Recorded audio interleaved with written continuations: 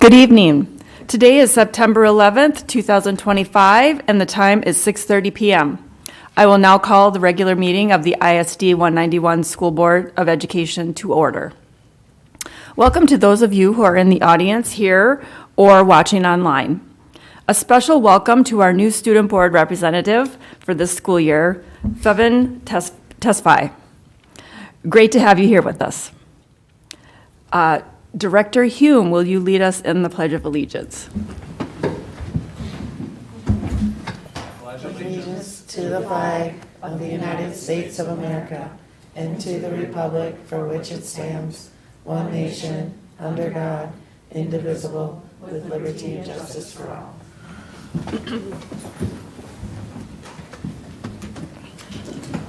Before we begin, I'd like to take a moment to reflect on a significant day in our nation's history and remember the victims of September 11th.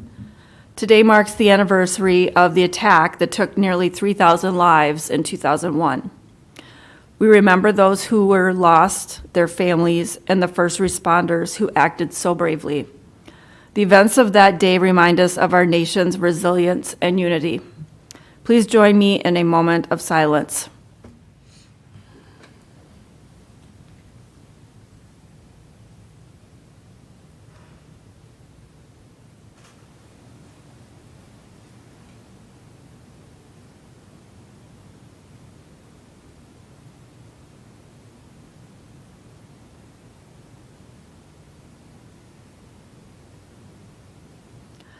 Is there a motion to approve the agenda? So moved. Moved by Director Alt. Second. Second by Director Anderson. Is there any discussion? All those in favor say aye. Aye. Opposed, nay. The motion carries unanimously. Tonight we will start off with a summer program report. Here to share this information with us this evening is Jason Sellers, Director of Community Services, Allison Jordan, Supervisor of Community Education, Courtney Jackson Flowback, Youth Services and Credit Recovery Coordinator, and Caitlin Cantola, Early Learning Coordinator. Board Chair Werb, Superintendent Daniels, and board members. Every year, our summer programming team looks forward to presenting to you and to our community regarding all things summer in our district.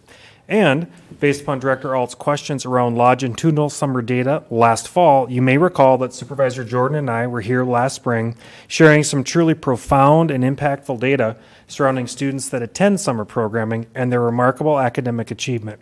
Tonight, this team is here to provide this board, our new superintendent, and our community a high-level overview of summer 2025 programming. Our community is very appreciative of our efforts to provide these opportunities for students of all ages, and I really truly think that folks will be amazed at just how robust our summer programming is in 191. But before I hand off to Supervisor Jordan, I'd like to genuinely thank our summer staff, each and every one of them. I would like to thank our district departmental partners, and I would like to thank our community for supporting summer 191 programming each and every year. And with that, I turn it over to Supervisor Jordan. Good evening, Chairman Werb, school board members, Dr. Daniels, and members of the community watching from home. Thank you for the opportunity to share information about our summer programming. I want to begin by expressing gratitude to everyone who worked tirelessly this summer to support our students and families. Your dedication is the foundation of ISD 191 Community Education's summer success. This evening, we will provide an overview of our summer programming and highlight key outcomes and areas of impact.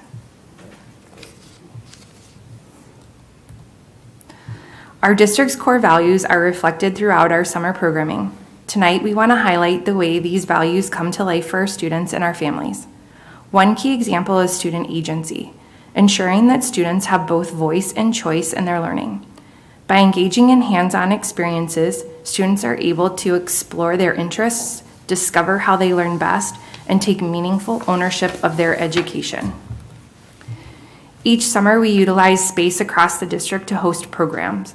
The numbers in parentheses show the number of participants at each site. This year, we made a location change for Kindergarten Jumpstart. After meeting with MDE, we learned we could generate ADM based on the submitted calendar through June 30th. which allowed us to fully utilize the .6 ADM allocated by the state. Beginning July 1st, these students transitioned into Area Learning Center programming. Structuring it this way ensures that Kindergarten Jumpstart remains a free program for all students entering kindergarten in the fall.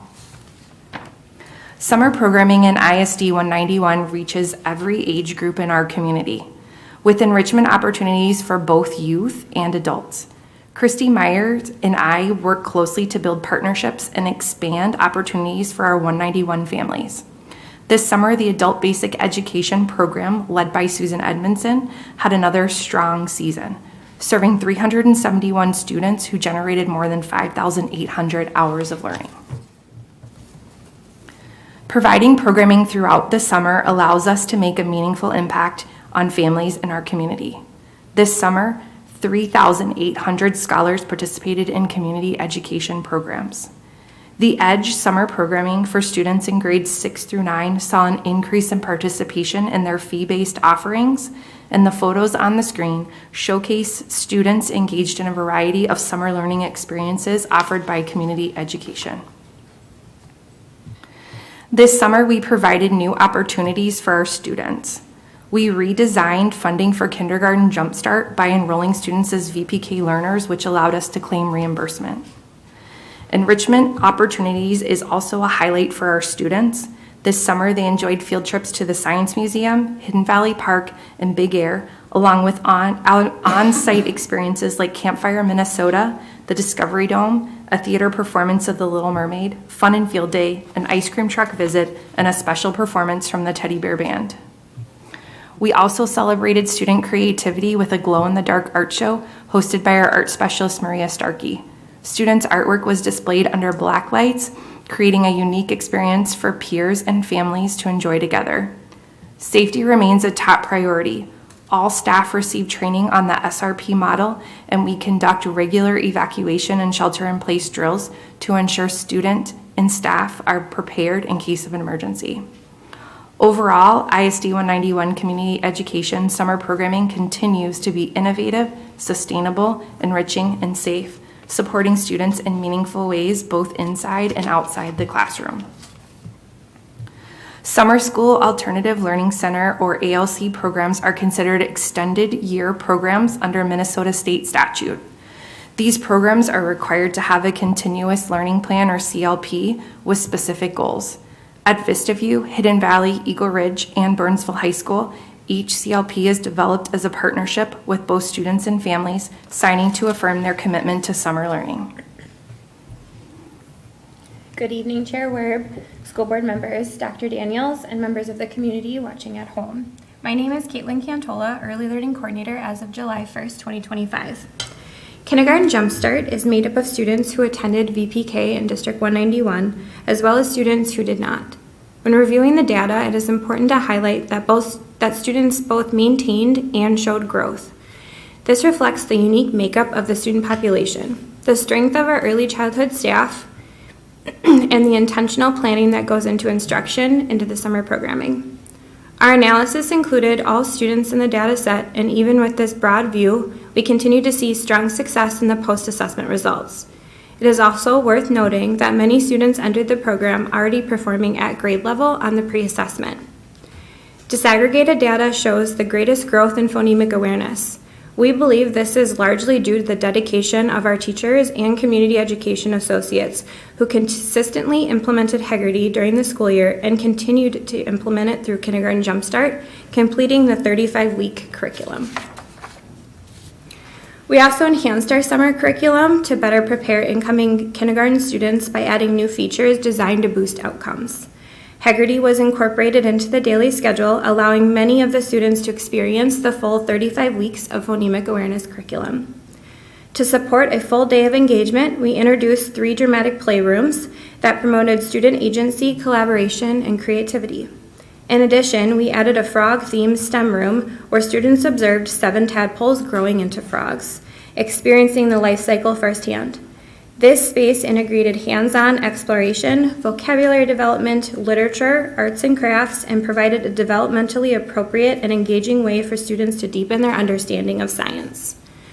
A music specialist and naturalist specialist were added to the full kindergarten experience. The enhancement of the curriculum, and along with collaborating with a master gardener from the University of Minnesota. Our data coming out of Community Ed's ISD 191 VPK program continues to amaze us. Our students make incredible gains during the school year, and this summer we saw continued gains in all areas. Last year, the team worked with Dr. Lowell to collect data about our students who attended VPK programs during the school year. In the years after VPK up to grade 3, students who attended VPK in District 191 outperformed their peers on A reading, A math, and MCA assessments. We're excited to see the data on these students as they progress through our school communities in the coming years. We plan to pull the data again in the spring, and my prediction is that these students will not fall in the high risk or some risk categories in their spring FastBridge assessment. Summer school students are enrolled in grade level classes that match the grade they just completed. The goal is to prevent summer slide and strengthen the skills students need to be successful in the next school year. We continually review student data and curriculum to improve programming. This slide highlights math outcomes where many grade levels achieved double-digit growth. As in the previous summer, we were able to hire 2 middle school math teachers, which allowed for targeted instruction. Using pre-assessment data, they grouped students by need and delivered focused lessons to address specific skill gaps. The results were outstanding. The growth we see reflects the hard work of teachers and staff who prioritize math instruction, as well as the commitment of students who fully engaged to strengthen their skills. Our literacy data shows positive growth across all grade levels, with many students making double-digit gains this summer. A key factor is access to books and libraries. Students were able to check out books weekly, and we also distributed many withdrawn titles for students to keep, helping to build their libraries at home. Instructional practices also made an impact. Many of our kindergarten and first grade teachers implemented Heggerty phonemic awareness curriculum as part of their literacy instruction. Across pre-K to grade 12, the data shows our summer programming provides not only academic growth, but also social emotional support. We believe the combination of hands-on, project-based learning, experiential activities, and outdoor learning makes the program so highly successful and engaging for students. Good evening. Good evening, Chairperson Warb, members of the board, and Dr. Daniels. My name is Courtney Jackson Floback, and I'm the Youth Service and Credit Recovery Coordinator. Tonight, I'd like to briefly share the impact of 2 of our credit-bearing summer programs at Burnsville High School, the 9th through 12th grade Credit Recovery Program and the 8th grade STEM Success Academy. Let's start with the Credit Recovery Program, which is designed for students in grades 9 through 12 who are credit deficient. This program is offered through our ALC programming in partnership with Community Education. We provide multiple flexible formats, daytime, virtual, and after school to meet diverse student needs. Next, the 8th grade STEM Success Academy focuses on preparing rising 9th graders for high school success, both academically and personally. First, we help students become familiar with the high school environment, classroom structure, expectations, and the physical layout. Second, we build academic readiness, especially in high school level reading and writing. And third, we support students in developing leadership skills, encouraging volunteerism and community service both in and out of school. These 2 programs are critical components of our student support strategy. The Credit Recovery Program plays a direct role in boosting graduation rates by giving students a clear, attainable path to recover lost credits. The STEM Success Academy builds both confidence and academic readiness while nurturing the next generation of student leaders. Here's a snapshot of what students accomplished this summer. In the 8th grade STEM Success Academy, 102 students were registered. 59 of those students earned a total of 84 credits. In the Summer Credit Recovery Program for grades 9 through 12, 529 students were enrolled, and 233 students earned 472 credits.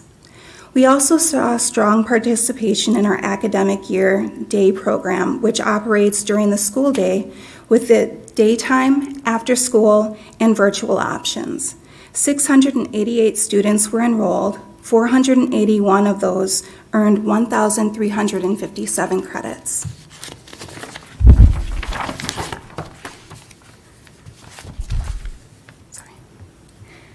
Through our Credit Recovery Day and after-school programming, of the 200 senior credit recovery students, 146 graduated in June of 2025. This means 73% of senior students enrolled in the credit recovery program graduated on time. By design, students can only enter credit recovery after officially failing a course. This makes continuing programming into the summer essential for student success. This summer alone, we supported an additional 69 seniors in achieving their graduation goals. In total, 41% of the senior class had a connection to credit recovery supports across our day, virtual, and summer school offerings. Each year, we take time in recognizing the incredible community partners who support our programs throughout the year. One partner we want to highlight is Open Door Pantry. In addition to their work during the school year, they collaborate with summer school to host pop-up pantries, ensuring that students and families experiencing food insecurity have access to food even in the summer months. At the end of summer programming, we ask families for feedback on their experience. Here are some of the comments we received this summer. We see this as an area for growth next year, as the number of responses was smaller compared to last year. Staff feedback is equally as important, as it helps us to evaluate what is working well and identify areas for improvement. Many summer staff return in subsequent years, reflecting the success and positive experience of our programs.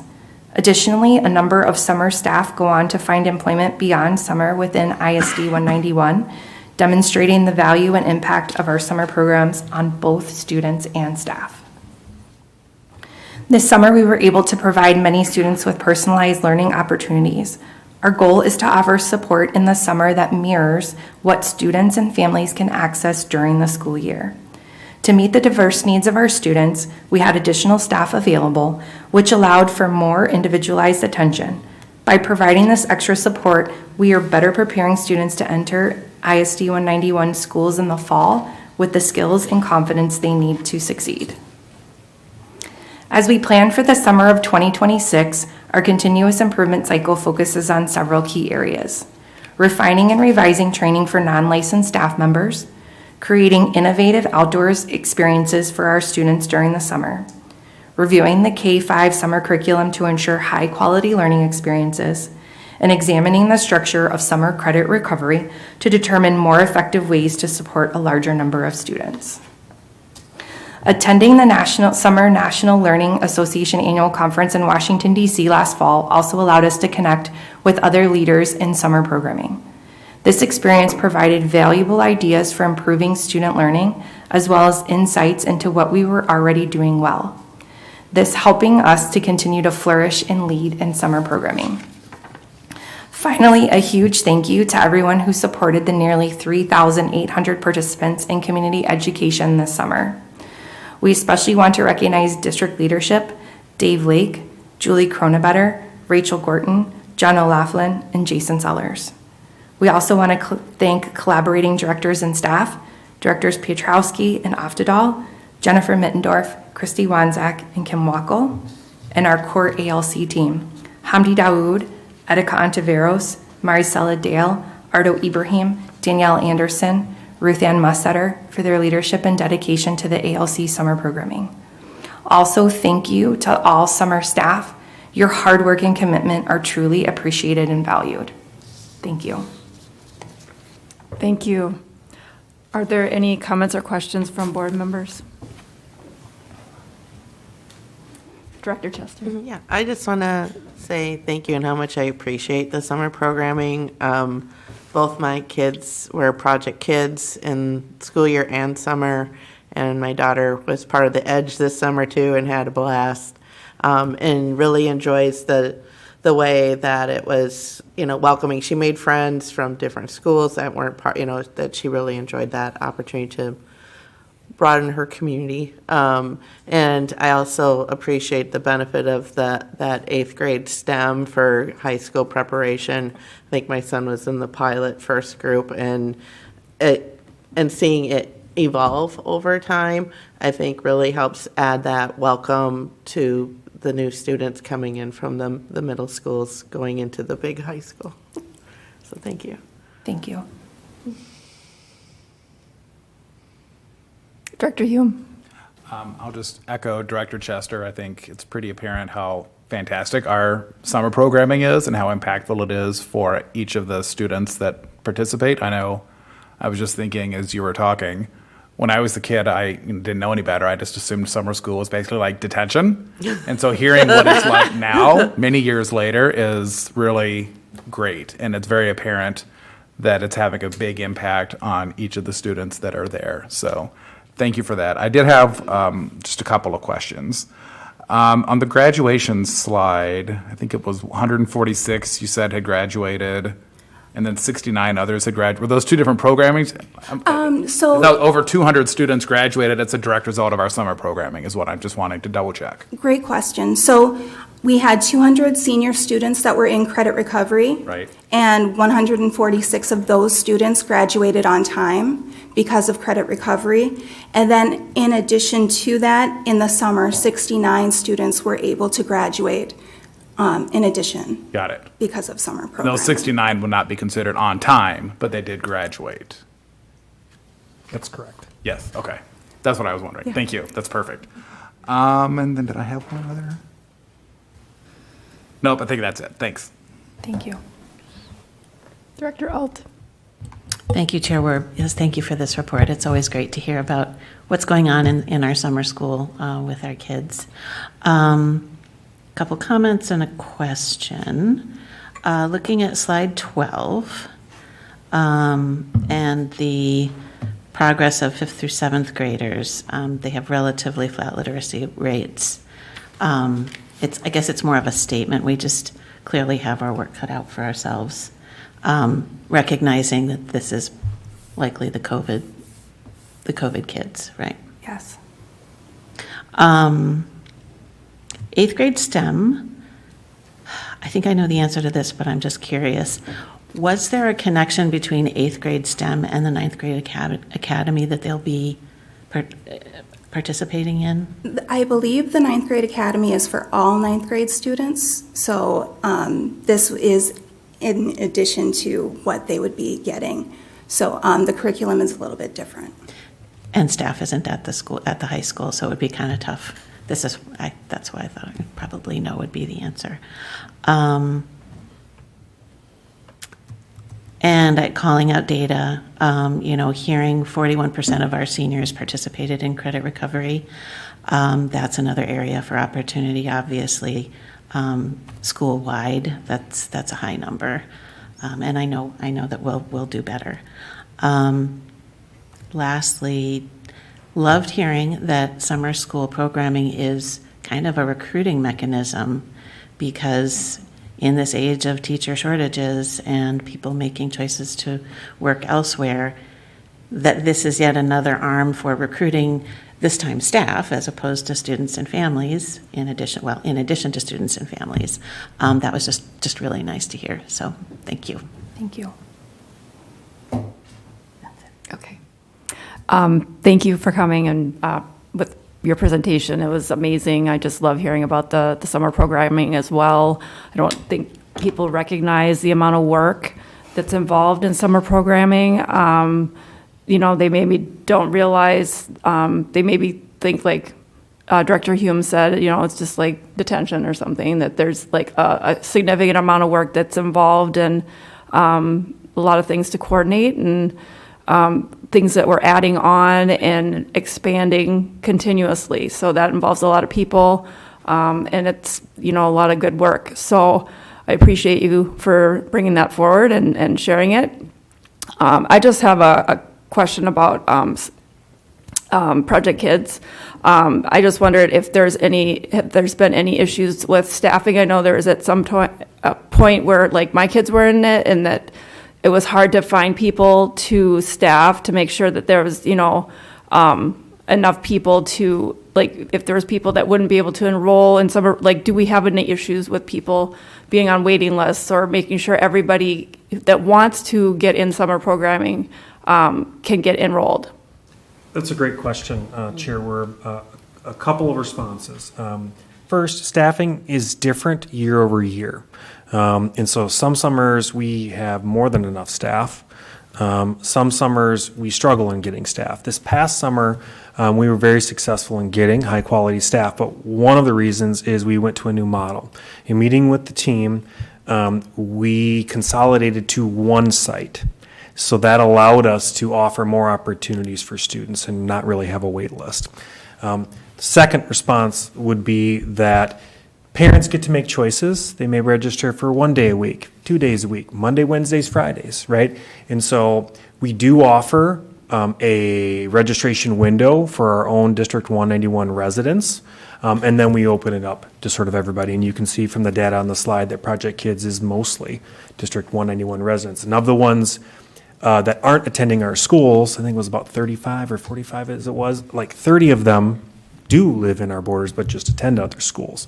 And so third, we also hire additional, when we can find them, licensed staff to provide additional supports so that we're not out of ratio for our students with learning differences, to ensure that they can attend the program as well. And so, yep, there can be challenges. I just would like to also give a shout out, the fourth response and last is we hire a lot of our high school students, as some board members know, because we've hired them, their children. We hire a lot of our high school students who come in and we train them, and they do a really wonderful job. And some of them find a passion for kids at that point and go on to think about potentially being teachers. And so the kids, the little kids, really love the big kids. And it's also a source that allows us to provide as much programming to as many students as possible. I hope that answers your question. Yes, absolutely. Thank you. I appreciate that. And is there any other questions? Okay. Thank you. Up next, we will receive a report about our first week back to school from Superintendent Dr. Daniels. Thank you, Chair Werb, and to each director and each of you who may be watching. I am giving a report about the first day, or everything leading up to the first days of school. This year's return to school was especially meaningful as I stepped into my new role as Superintendent of District 191. The journey began in July with one-on-one meetings with every principal and director, followed by visits to our vibrant summer programs, which you just heard about, where I met incredible staff and students. I also joined the community as a rockin' reader in Nicollet Commons Park and celebrated the arts at the opening night of the prom. August was showtime. Our executive leadership team engaged in key training and conferences, including AVID, the MDE MASA kickoff, and the Voices That Lead conference. Our principals engaged in 3 days of training and professional development as well. We connected with our community during Night to Unite and welcomed new educators through Building Leadership Team onboarding. The State of the Schools event, hosted with the Burnsville-Eagan-Savage Chambers, set the tone for a collaborative year ahead. We officially kicked off the school year with an all-staff welcome event where I introduced myself to the entire District 191 team. From there, I personally greeted our community education team, as well as our food service team, and attended open houses across the district. In the last 2 weeks, I've visited every school and also our virtual academies. I've also visited several programs. It has been an amazing experience to see so many smiling faces as we launch another school year. So this school year, by the numbers, we've welcomed 7,200 plus students. We've hired 124 new staff, including 74 teachers. Our building and grounds team has cleaned 1.7 million square feet of floors, walls, hallways, etc., maintained 350 plus acres of land, and completed 84 construction projects in 58 days. Food services provided 3,536 breakfasts and 5,537 lunches on Friday, the first day when all students were in school in person. This means more than 50% of students are choosing to take breakfast, and more than 80% are participating in lunch. Safely, we are transporting 5,628 students daily across 53 bus routes, 32 special education buses, and 21 Type 3 vans. Thanks to the dedication of our teachers, staff, leaders, and families, we've had a strong and inspiring start to this school year. I'm grateful to be a part of this incredible community and excited for the school year ahead. This concludes my report. Are there any comments or questions from board members?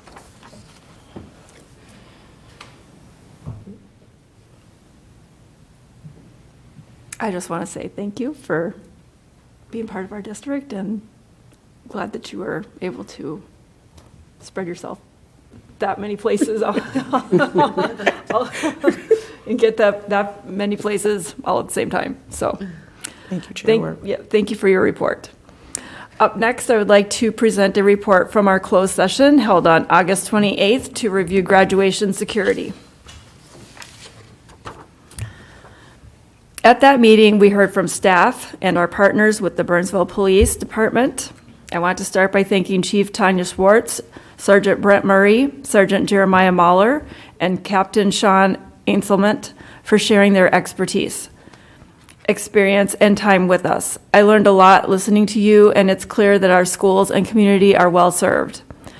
We started by reviewing the steps taken to improve safety and security at this year's graduation, including ticketing, hiring a private security firm to help with managing people, additional police presence, and months of planning leading up to the event, and establishing a hard cutoff time for entering the stadium.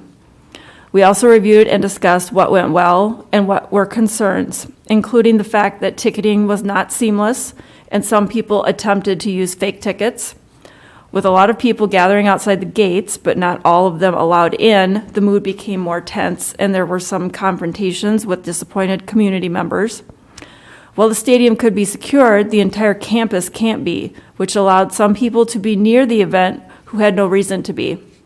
Staff reported being traumatized by the events and indicated they would not participate in future graduation at the school. We also discussed that holding graduation on campus is a long-standing tradition, and it's meaningful that graduation is held at the school where these students earn those diplomas.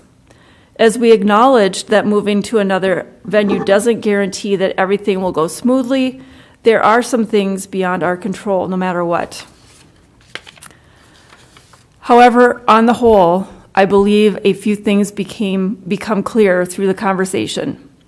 First, graduation has become more of a community celebration, and there's a desire for more people to attend than just the students' immediate families. It's not the same even that it was 20 or 30 years ago, and we need to be responsive to that change. Next, our staff are not trained or equipped to manage crowds or logistics for an event of that size. They want to be able to celebrate with our students, not tell family and community members that the gates are closed. We're one of the last big high schools to hold graduation on campus for just this reason. Along with the toll on staff, holding graduation at BHS puts a strain on community resources, including our police department and our school resources.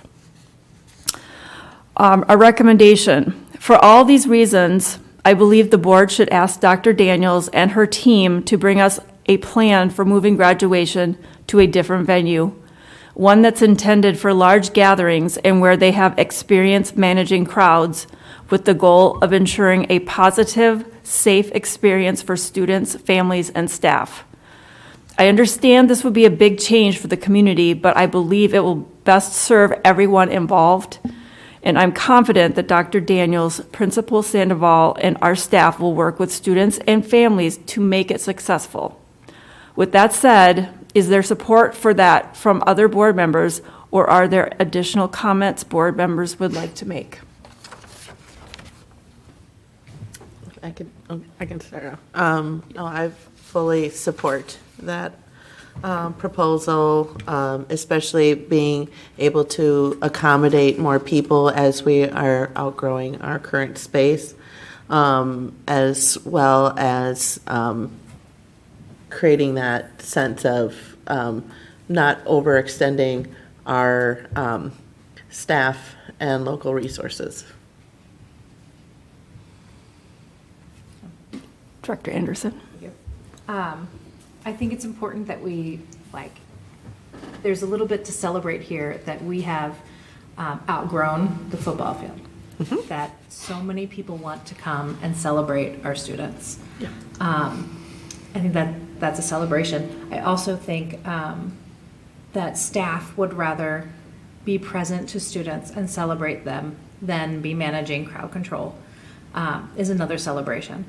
I think obviously all of the reasons it would just be easier ticketing wise, security wise, but the fact that community can come together in a comfortable, safe place where we all have our own seats, I think is enough reason to want to move forward going somewhere else.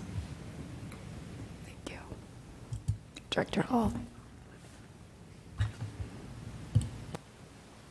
I agree.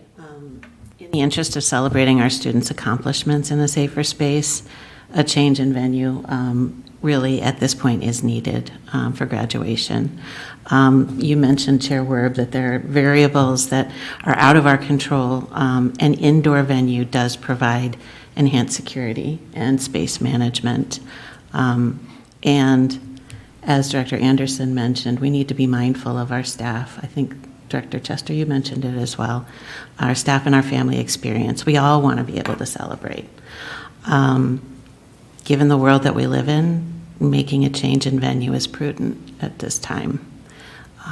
Moving forward, I would say it will be the responsibility of Dr. Daniels and her leadership team to lead with clear communication to our school community, with mindful consideration and management of access and transportation, and with an eye on the joy that we all feel when attending this event.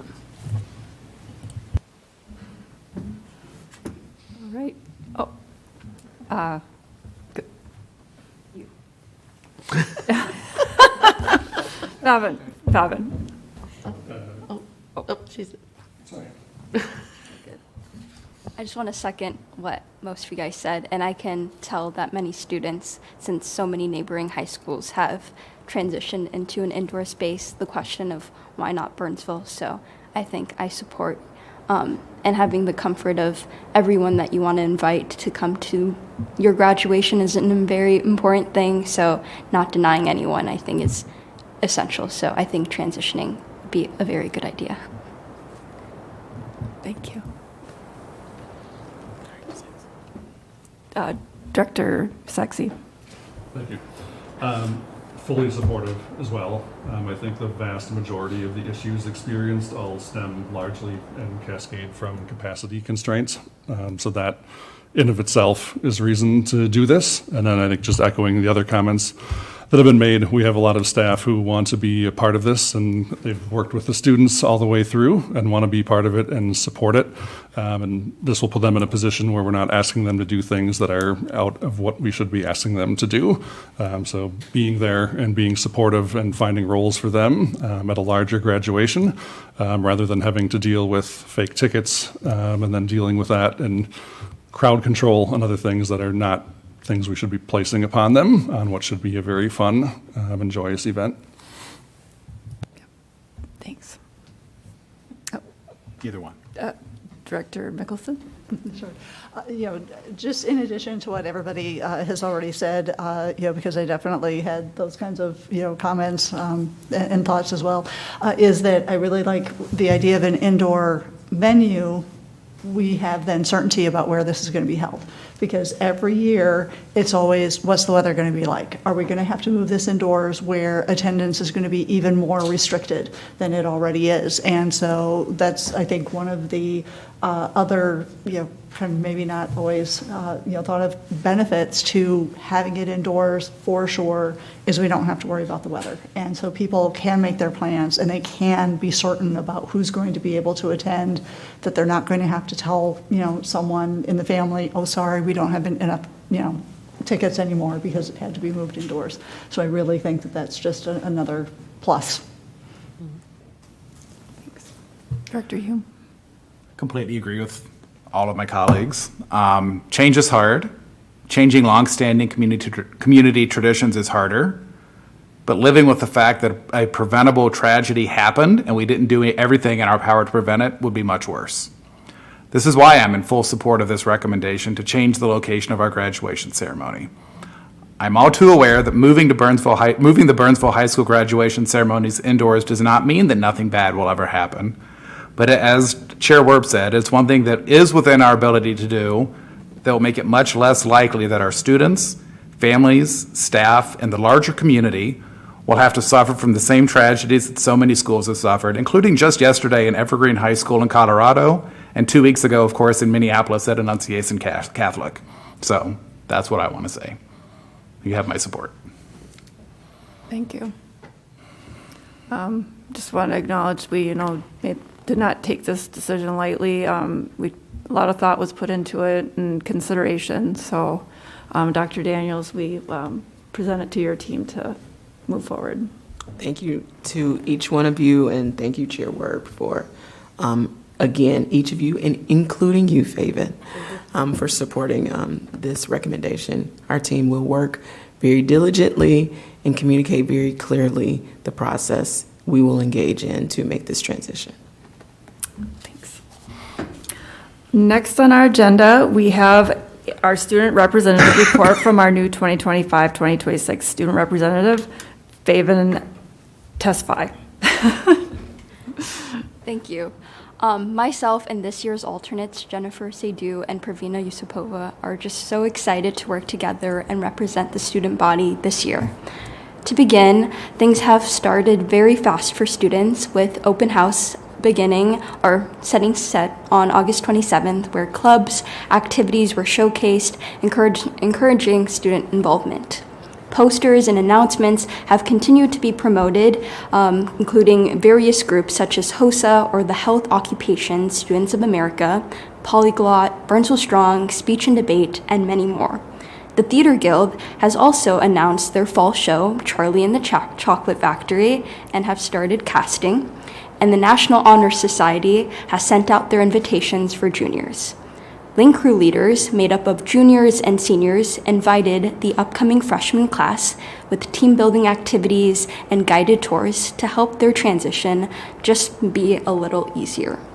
Beyond first-year students, sophomores, juniors, and seniors are also settling into the new school year, with counselors having a very busy week readjusting everyone's schedules, myself included, and students participating in class meetings where expectations and norms were reestablished, and we had a nice visit by Superintendent Daniels. This past weekend, students were also involved in the Burnsville Fire Muster, where groups like the Blazettes, marching band, swim, and the basketball team all took part. Fall sports season is also in full swing, with the football team, volleyball, tennis, fall dance, and swimming all competing, and even the girls' soccer team winning their first game in 2 years. This school year has also brought a greater emphasis on the bell-to-bell phone policy, limiting phone use in the classroom, and making phone pockets as the newest and coolest classroom decor.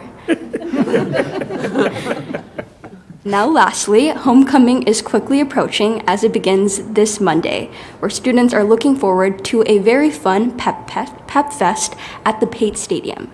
There are also other events such as the girls' flag football game, coronation, the middle school assembly, and of course the football game on the 19th and the homecoming dance on Saturday with the Under the Sea theme. This now concludes my report. Thank you.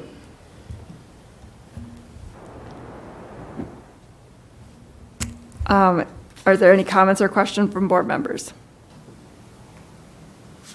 Just welcome. Yeah. Glad to have you. Yep, thank you.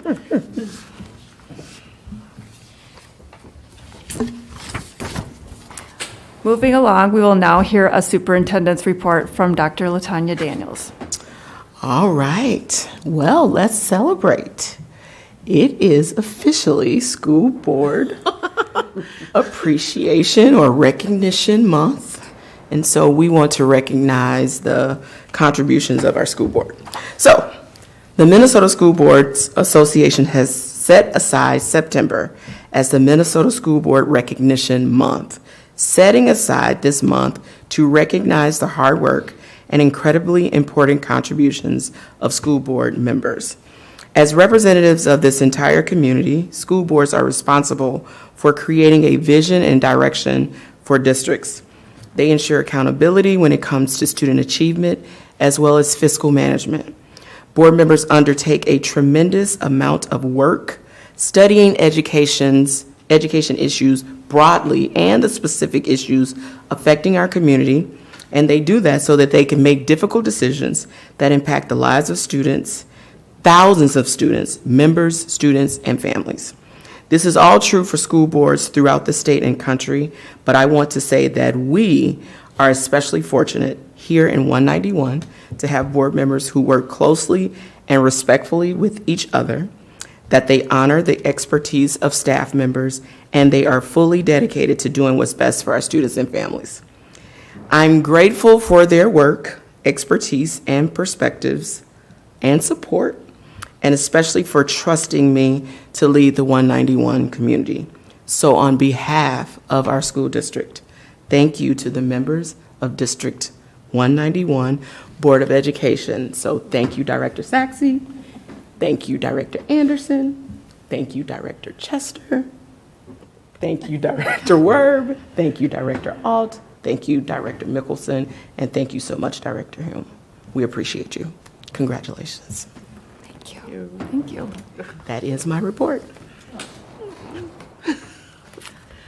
Do board members have any reports they wish to share? Just a reminder that we have our committee reports scheduled for our second meeting in September.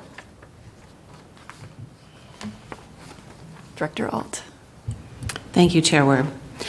It was a real pleasure to participate in the annual Burnsville Festival and Fire Muster, along with Dr. Daniels and fellow board members. Our community enjoyed a lovely weekend of music, the annual parade, celebrations of our first responders, as well as a drone show, new this year. In chatting with folks this past weekend, I wanted to bring back just some feedback that I heard. Some positive and supportive community and staff feedback on our new cell phone policy. For example, one teacher shared that thanks to phones being away during instructional time, they found an extra 10 minutes of instructional time. Increased engagement and learning, all that we were hoping for. Much appreciation to our community and staff for their anecdotal feedback. It's always really helpful for this board member to have that mental image of how our policy impacts practice. And that completes my report. Thank you. Anyone else? Nope. Okay. Now we will move to the business portion of the board meeting, starting with the consent agenda. Although board action is required, it is generally unnecessary to hold discussion on these items. In the event a board member wishes to discuss an item, that item will be removed for separate consideration. Do board members wish to remove any items from the consent items? Is there a motion to approve the consent agenda? So moved. Moved by Director Chester. Seconded. Seconded by Director Mickelson. All those in favor say aye. Aye. Opposed, nay. The motion carries unanimously. On to new business. Up first, on our agenda, we are being asked to adopt a resolution to accept donations. Presenting the resolution this evening will be Superintendent Dr. Daniels. Thank you, Chair Werb. Before I begin presenting the formal resolution, I just wanted to say thank you to the many community organizations and partners that support education in ISD 191. I am so grateful for their support and generosity. In just 2 weeks' time since our last board meeting, we have received the following donations from community partners: a wide range of general school supplies to kick off the school year from the following: the Lions Club of Savage, Burnsville, Cataract Lodge via Dale Johnson, Amelia Huddleman, the Sorrell family, Michael Caslow, North Star Roses of Alpha Kappa Alpha Sorority Incorporated. We have also received generous donations to our Brain Power in a Backpack program from Egan Lions Club, Mighty Cause Foundation, North River Hills Neighborhood Organization, Target Employee Giving, Donnell Bennett, 4 Imprint, and the Minnesota Valley Electric Co-op Operation Roundup. Once again, thank you all for all of your generous donations. It is now my recommendation that the Board of Education adopt a resolution to approve and accept these donations to our district in accordance with our school board policy and Minnesota statutes, and to permit their use as designated by the donors. Is there a motion to adopt the resolution to accept donations as presented? So moved. Moved by Director Hume, Second. seconded by Director Chester. Is there any discussion? Having been moved and seconded, this resolution will require a roll call vote. So in just a second, I will ask Sarah to call the roll, and when she calls your name, please respond with an aye if you are in favor of the resolution, or a nay if you are opposed. Sarah, will you please make the roll call? Director Hume? Aye. Director Mickelson? Aye. Director Alt? Aye. Chair Word? Aye. Director Chester? Aye. Director Anderson? Aye. Director Saxey? Aye. This resolution was declared duly passed and adopted. The next item on our agenda is to consider approval of the changes to the Boys Lacrosse Cooperative. Here to present the recommendation this evening is Dr. Chris Belmont, Assistant Superintendent. Welcome, Dr. Belmont.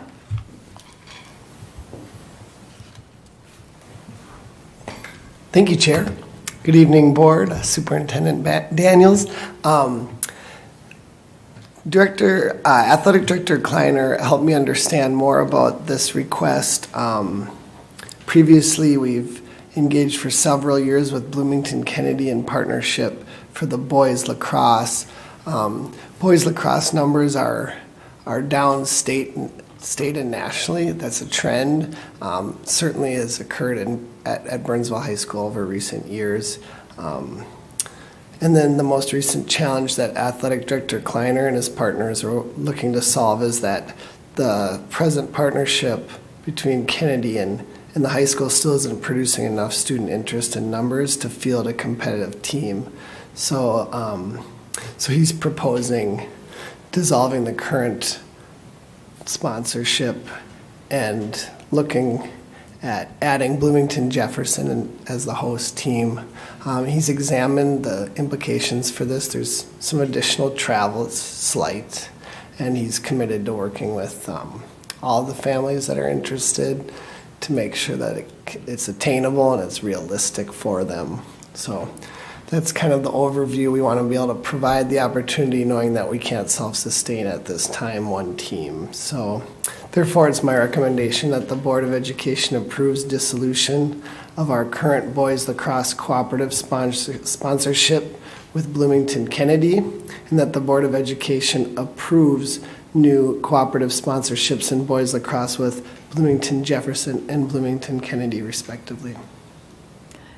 Is there a motion to approve the recommendation to make changes to the Boys Lacrosse Cooperative? So moved. Moved by Director Anderson, Second. seconded by Director Alt. Is there any discussion? Director Alt? Just a question, and Dr. Belmont, if you don't have the answer, by all means, let us know afterward. Having looked at the numbers that were provided as part of this board packet, it looks as though our district doesn't currently have a pipeline for participation. The seventh grade numbers, there were no seventh graders for 191. What kind of visibility do we have on recruitment efforts and engaging students and families to get an interest, to generate that interest in lacrosse? I will have to circle back on that. Trying to think of what I've noticed in the elementary schools, being in the physical education classroom. having furnishing lacrosse sticks is an additional cost. I don't know if that's part of the current core K-8 curriculum. I do know it's not part of our middle school sports platform right now. So I think we're probably leaning on community partnerships for that to establish that pipeline, but I can get back to you on that. Yeah, and my mind kind of goes to like remembering years ago knowing students that participated in lacrosse. There was kind of a dual participation, hockey for part of the year and lacrosse for the other part, and it seems like now the competitive nature of hockey is such that maybe students are just 100% hockey and lacrosse has kind of gone by the wayside. I don't know, it's anecdotal, but. And hockey numbers are down. We have a cooperative with hockey now also. Right. Thank you. All those in favor say aye. Aye. Opposed, nay. The motion carries unanimously. Thank you. The time is now 7:25, and having no further agenda items, I call to adjourn this meeting of the ISD 191 Board of Education. That was a very short meeting. I'll have you start. Very short.